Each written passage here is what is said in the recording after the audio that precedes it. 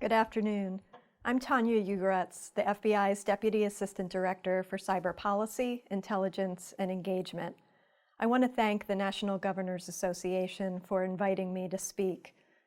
Today I'm coming to you with a plan for how we can expand our traditional ways of working together on physical threats to the cyber arena. I know you share my concern about cyber threats, or else you wouldn't be hosting this event, but let me start with a brief snapshot of the threats we're facing. As you may know, the FBI shares cyber threat information through advisories to private industry and state and local partners, many of which we co-author with DHS CISA and sometimes with the multi-state ISAC. Consider this list of topics of recent FBI advisories. Malicious cyber actors targeting K-12 educational institutions, leading to ransomware attacks, the theft of data, and the disruption of distance learning. Iranian cyber actors targeting U.S. state websites to include election websites. These were the same actors who also sent mass voter intimidation emails to U.S. citizens. Ransomware threats to hospitals and healthcare providers at the time we need them most. A Russian state-sponsored cyber actor targeting dozens of state and local government and aviation networks, and the risk that digital evidence could be lost or compromised through intrusions into law enforcement networks. And those are just advisories we've issued since October. So we know the threat is real. We also know that when it's your state or your county or your organization getting hit, when it's your emergency services that have been taken offline, when it's your constituents who can't pay their utility bill because the site is being held for ransom. We understand that your number one focus is restoration and recovery. It's, how do I get back online and get services restored? But if that's priority number one, what I want you to walk away with today is an understanding of why working with federal law enforcement, and ideally the FBI, is priority 1A. And here's why I say priority 1A instead of priority 2. Because we know how to work side by side with those who are restoring your network. Sometimes the people doing that come from the National Guard's cyber forces. Sometimes they come from DHS. And many times it's a private cybersecurity company. We work alongside all of them, and we know how to work together in a way that they can focus on getting your systems back online, while we can focus on collecting evidence and looking for opportunities to hold the intruders accountable. I want to explain a little more about why the FBI needs to be one of your first calls. First, to state the obvious, a computer intrusion is a crime, and we need to treat a virtual intrusion the same way we treat a physical break-in. If your city hall suffered a physical attack, you're going to call someone to clean up the broken glass, change the locks, and put in a new window. But you're also going to call law enforcement so we can find who did this and prevent others quickly from also becoming a victim. That same need exists for cyber intrusions. The attacker's goal isn't just to compromise a network. It's to use that access to do something. The do something could be many things: to steal your information, to encrypt your networks and ask for a ransom, or something more destructive, like wiping your data or destroying your systems. And at the moment of intrusion, unless you get a ransom note, you likely won't know which scenario you're dealing with. That's where the FBI's unique position is helpful. As a member of both the global law enforcement community and the U.S. intelligence community, we can use an array of tools, pivot in multiple directions, and support a broad range of partners responsible for both network defense and for going on offense against those responsible. We can use our insight into adversary plans and intentions that we gain as a member of the intelligence community, as well as our investigative response, to not only respond to each victim, but to tie together the larger picture. We can use both criminal legal process and national security tools like FISA to conduct investigations and to gather evidence and intelligence. And we can collect human intelligence using confidential sources and undercover operations, and request evidence stored overseas through our foreign partners. Through all of these means, our response to a cyber incident allows us to collect information that we can share to warn others, find those responsible, and work with other federal partners on how we hold them accountable. But this isn't just about what the FBI can do. It's about how we work on cyber threats together. So this might be the point in my remarks where your eyes normally would start to glaze over, or if you're watching virtually, you head to the fridge to get a snack. Because we talk about partnership all the time, right? In fact, you might think government leaders get paid according to how many times we use the word.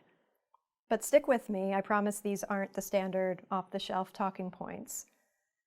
The FBI has a long history of working with state and local governments on physical threats, literally working side by side on task forces and partnering with each other to build awareness in our communities. The cyber threat calls on us to work together in the same way.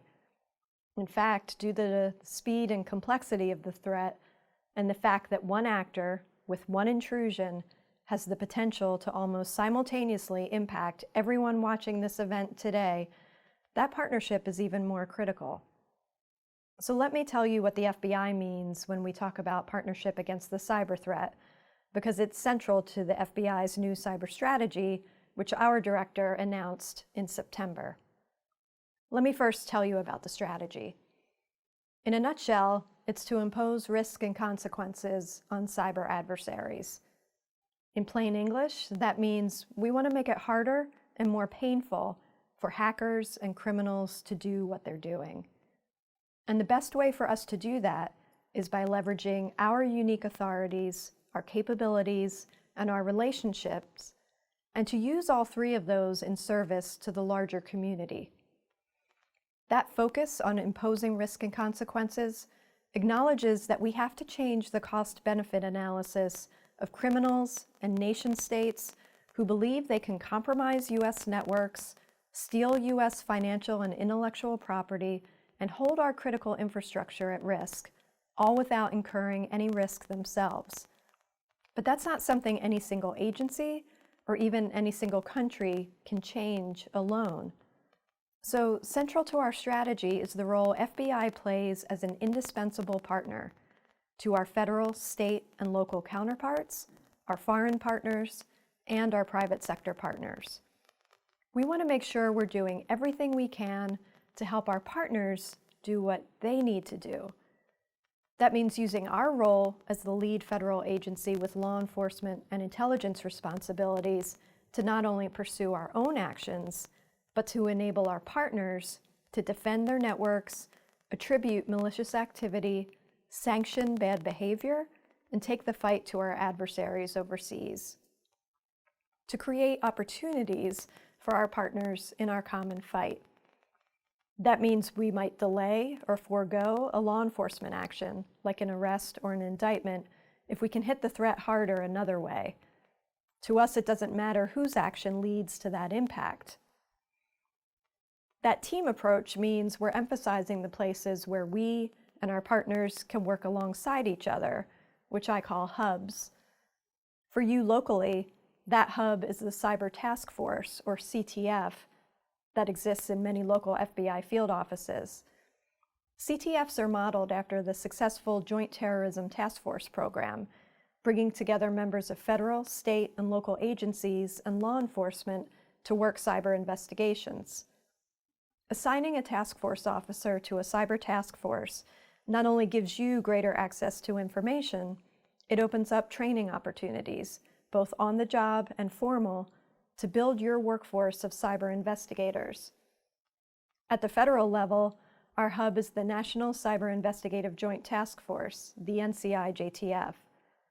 Led by the FBI, the NCI-JTF includes more than 30 co-located agencies from both the intelligence community and law enforcement.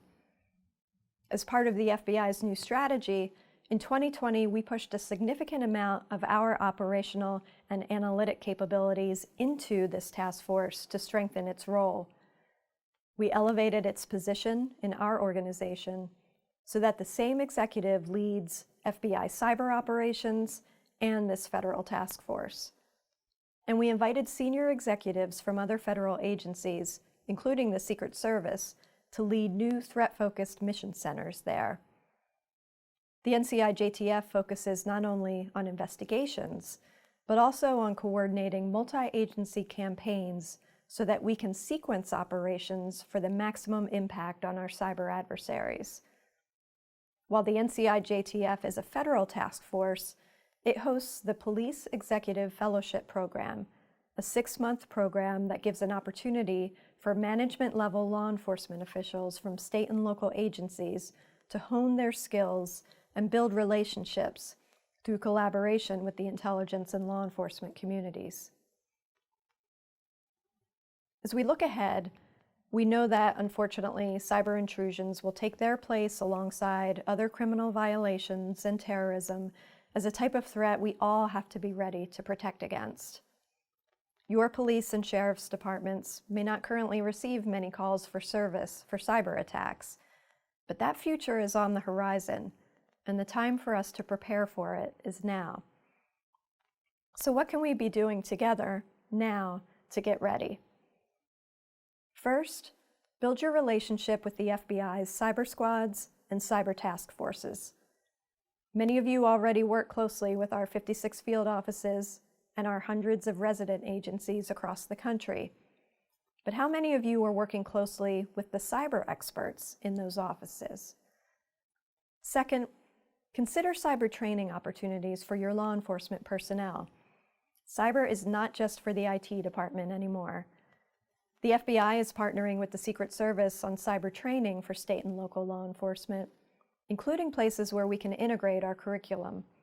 And we're creating joint trainings to be held at the National Computer Forensics Institute in Hoover, Alabama. Third, let's build on the work we did together on election security to keep those relationships growing. Our work together on the 2020 election is a great example of how quality information sharing from federal partners and state and local engagement in the cybersecurity mission makes us all safer. Many of your offices work tirelessly to develop relationships with your local election officials, helping them with their incident response plans, to increase their threat awareness, develop their own relationships with local government IT, and share information through the election ISAC. From our end, the FBI proactively shared as much as we could, as often as we could.